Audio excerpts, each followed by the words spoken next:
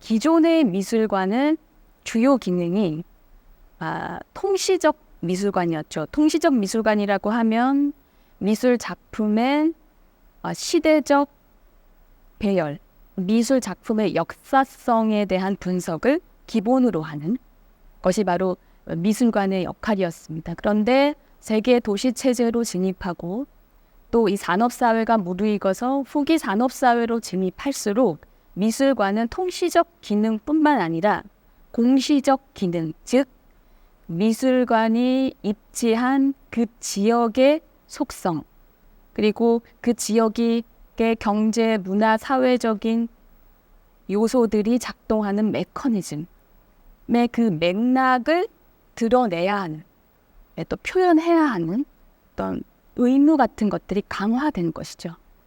다시 말하면 세계 도시들이 국가적 경계를 넘어서서 어떻게 보면 치열하게 경쟁해야 되는 환경에 놓이게 됐다라는 거죠. 이제 그런 면에서 미술관은 이제 각 도시의 문화적 정체성을 대변하는 어떤 문명성을 가늠하는 주요 제도적 기관으로서의 미술관은 그 경쟁 체제에 어떻게 보면 미술관도 노출이 될 수밖에 없는 현상인 것입니다. 공시적 미술관의 아주 대표적인 사례로 가장 많이 들고 있는 미술관이 바로 스페인 빌바오 지역에 소재한 빌바오 구겐하임 뮤지엄일 겁니다.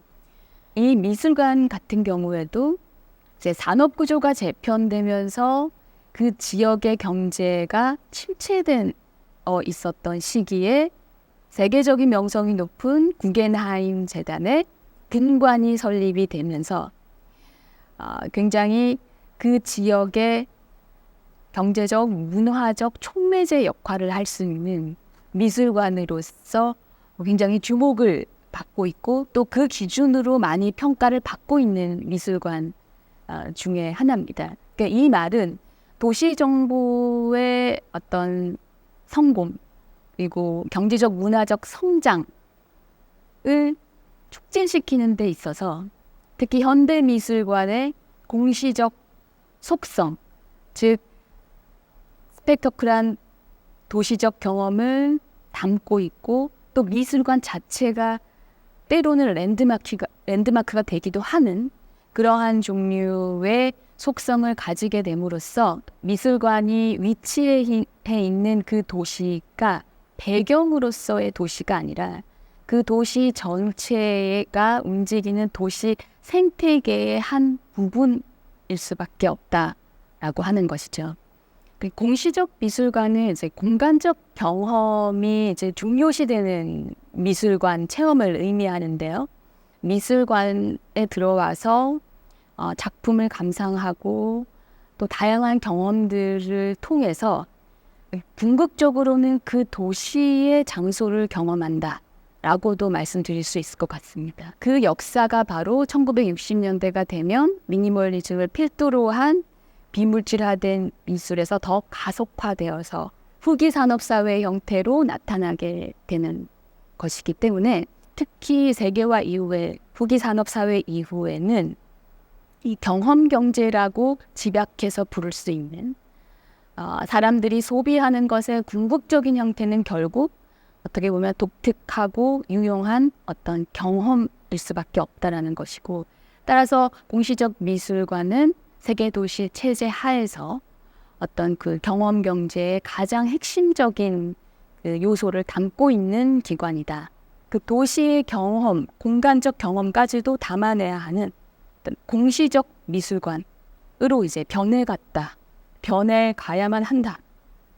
라는 과제에 직면했다라고 말씀을 드릴 수 있을 것 같습니다. 그러한 의미에서 각 지역에 소재한 미술관이라고 하는 것은 그 지역의 문화적인 자산을 활용해서 보여주는 곳이기도 하지만 미술관 자체가 그 지역만이 가지고 있는 굉장히 강력한 경쟁력 있는 장소 자산이 될 수도 있다라는 것입니다.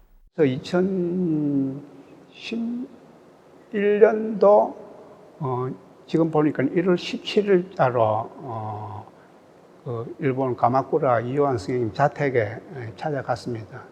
선생님께서 살아있는 사람을 미술관을 만드는 거라든지 또 한국의 이 공무원 조직이라든지 어려울 것 같는데 좀 어렵게 그래서 1차 성공을 못했습니다. 그러고 학답을 얻지를 못하고 비행기를 타고 왔는데 13년도에 밤에 한국에서도 이완미술관을 만들겠다고 하는 몇 군데가 있었는데 만들겠다면은 부산 시립에 만드는 게 좋겠다.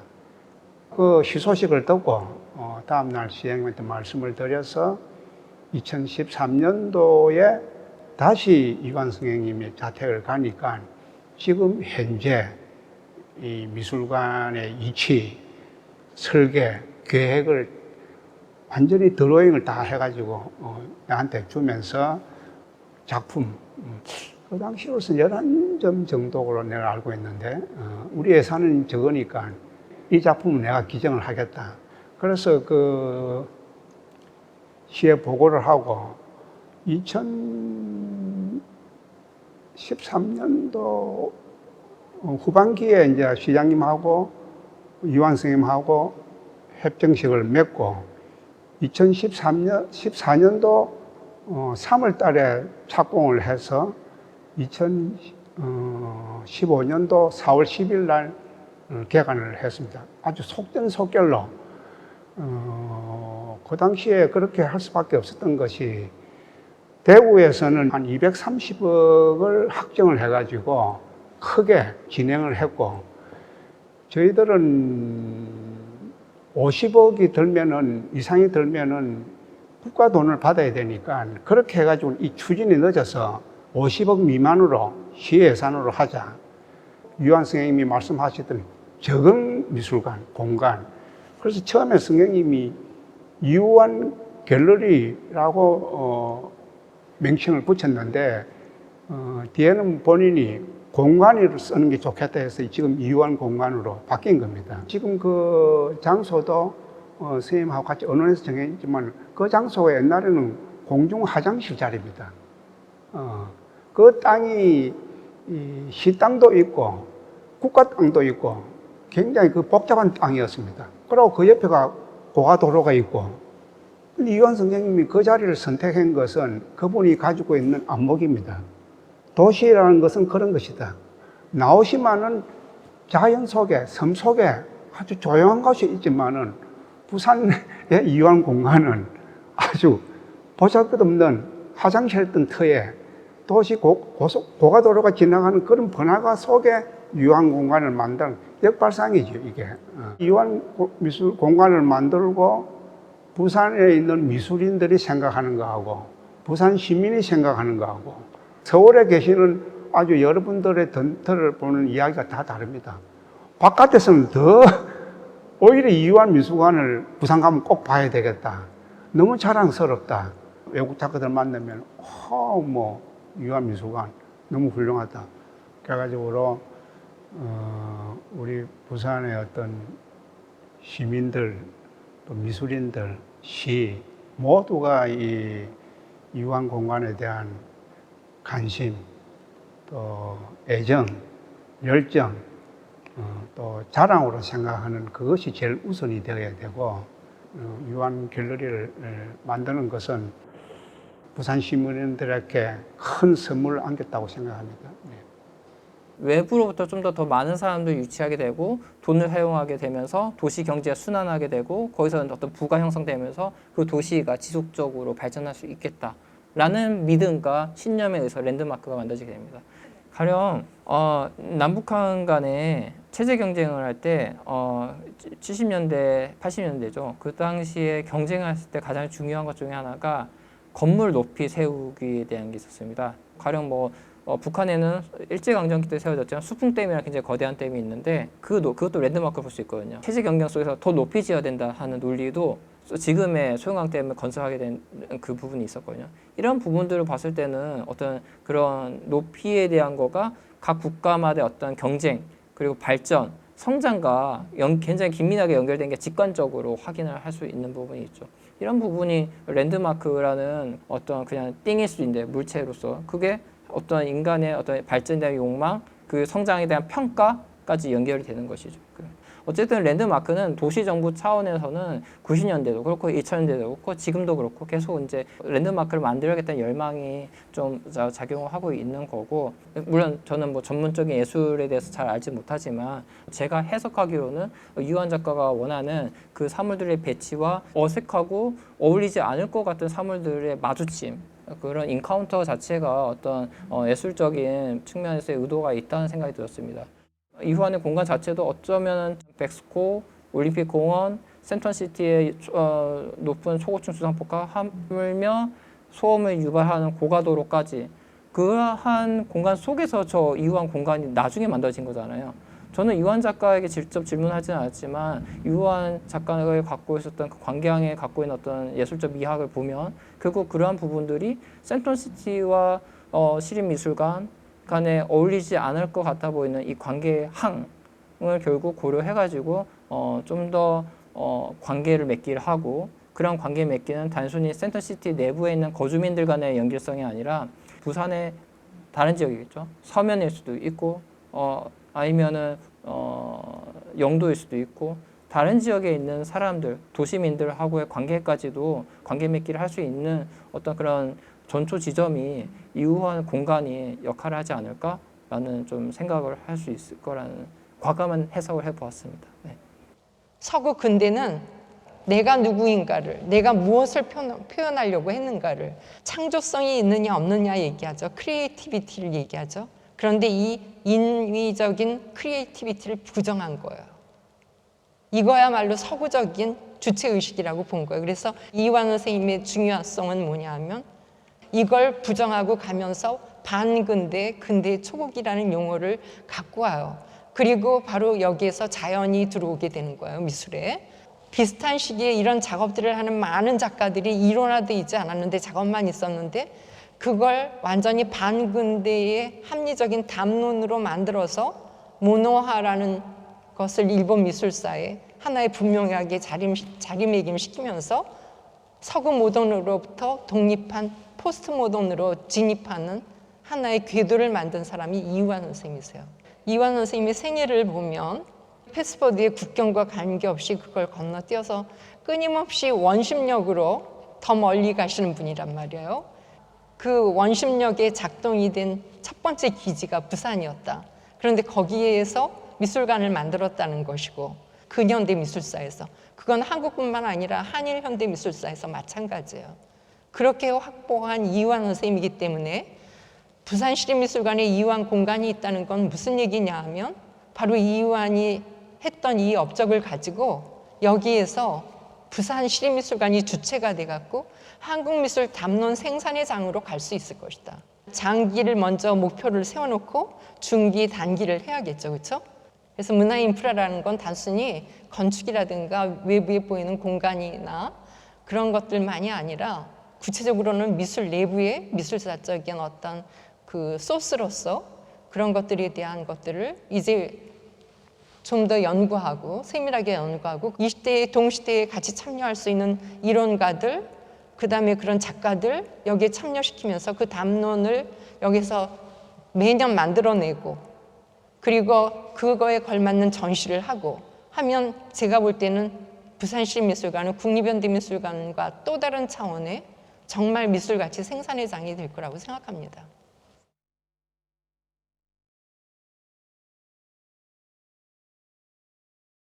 소장품 구입은 미술관이라고 하는 게 소장품을 어떻게 확보하고 그 소장품을 시민들에게 어떻게 보여줄 것인가 하는 문제잖아요.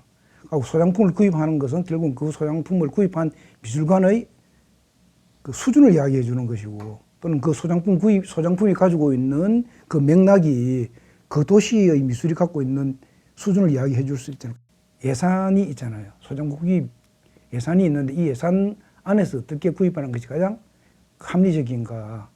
그러니까 미술관이 있는 동안에는 계속 소장품 구입을 해야 될 것인데 지금 당장 소장품 구입에 열을 내서 유명 작가의 작품을 구입하는 것으로 한다 그러면은 이제 지금 하고 있는 전시, 지금 우리가 해야 될 어떤 직접성하고 좀 거리가 있으니까 이 두 개를 어떤 식으로 조화를 이룰 것인가 하는 게 가장 큰 문제였죠. 그렇다 그러면 예를 들면 우리가 전시를 계속 기획해서 나간다 그러면 개혁의 연관성이나 그 개혁의 맥락이 소장품의 맥락하고 같이 가잖아요.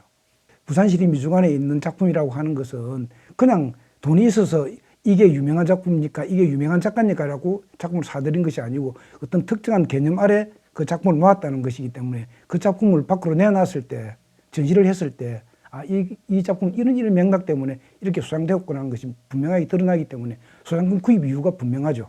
예를 들면 우리가 전시를 하는데 이게 부산 미술사에 어떤 영향을 가질 것이라고 이야기한다 그러면은 그 전시 한 개의 문제가 아니고 그 전시의 앞과 뒤, 그 전의 문제, 그 후의 문제하고 연관이 되겠죠.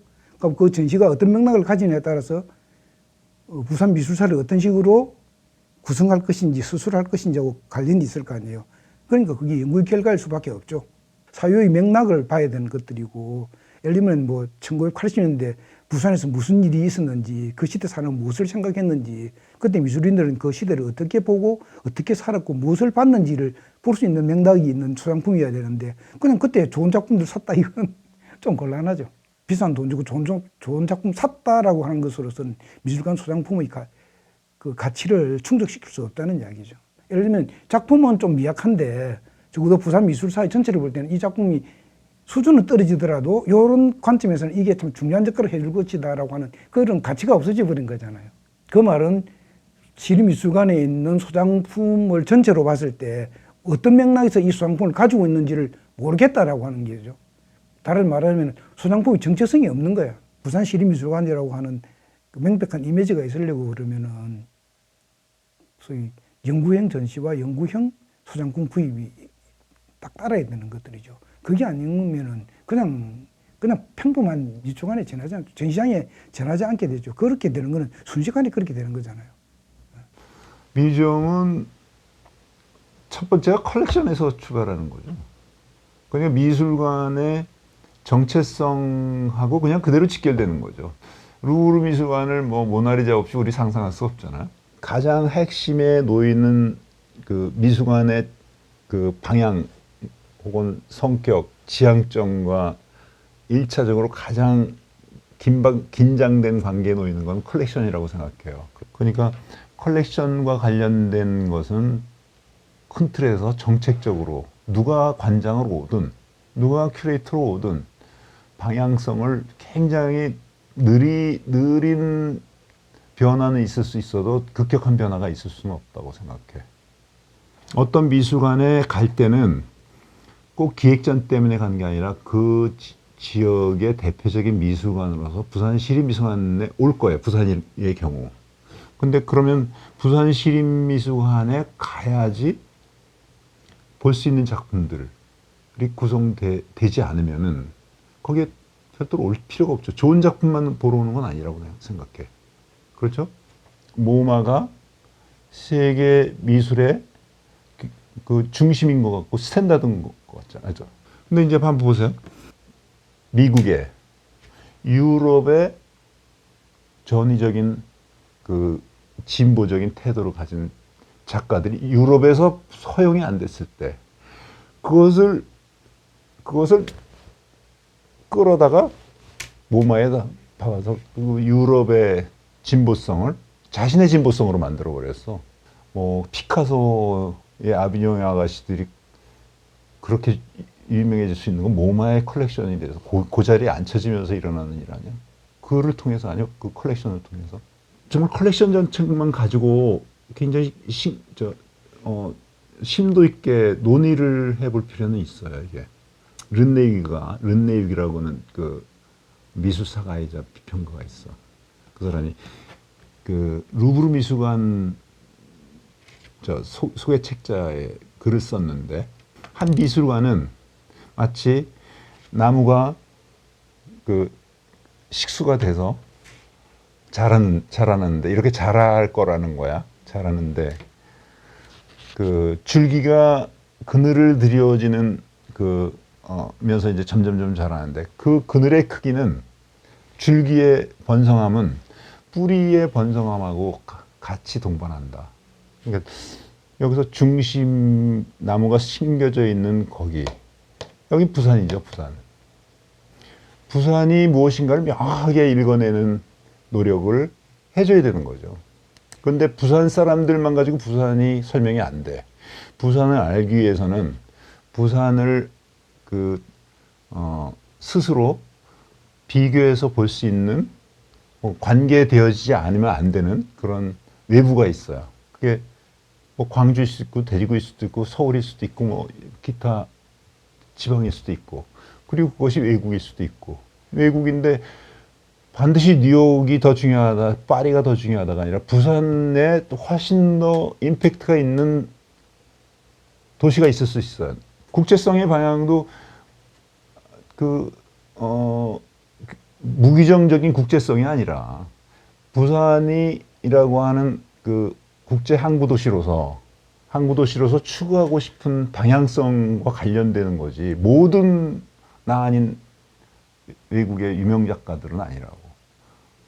때에 따라서는 우리 글로벌한 존에서 임팩트가 있든 없든 베트남일 수도 있고 그럴 수도 있죠. 근데 그러지 않고 국제적으로 파워풀한 작가들은 다 끌어들인다. 이럴 때 그 파워풀함의 그 권위의 재단자는 누구예요? 결국은 부산 아닌 다른 뉴욕이나 파리 중심으로 형성된 어떤 문화적 헤게모니를 거머쥔 그 지역이나 집단일 거란 말이야. 그 시각을 우리가 그대로 접수할 필요는 없는 거죠. 우리의 시각으로, 부산의 시각으로 웨이트를 다시 설정해 볼 필요가 있는 거죠. 그것은 부산이 선택을 해갈 일이라고 생각해. 부산의 정체성이라고 하는 것을 설명해내거나 구축해내는데 부산의 타자를 누구로 정리할 것인가? 부산이 바라볼 나 아닌 타자는 누구인가를 정리해가는 방법이라고 생각해요. 그 많은 좋은 작가들을 다 끌어들인다? 그거는 성립이 불가능하죠. 이제 물리적인 공간적 조건도 안 되고 예산 조건도 안 되고 그냥 그것에 대해서는 큰 틀의 데피니션을 해야 돼. 어떠한 성격의 작품을 컬렉션할 건지에 대해서. 그건 굉장히 중요한 미술관 정책 중에 하나라고 생각합니다.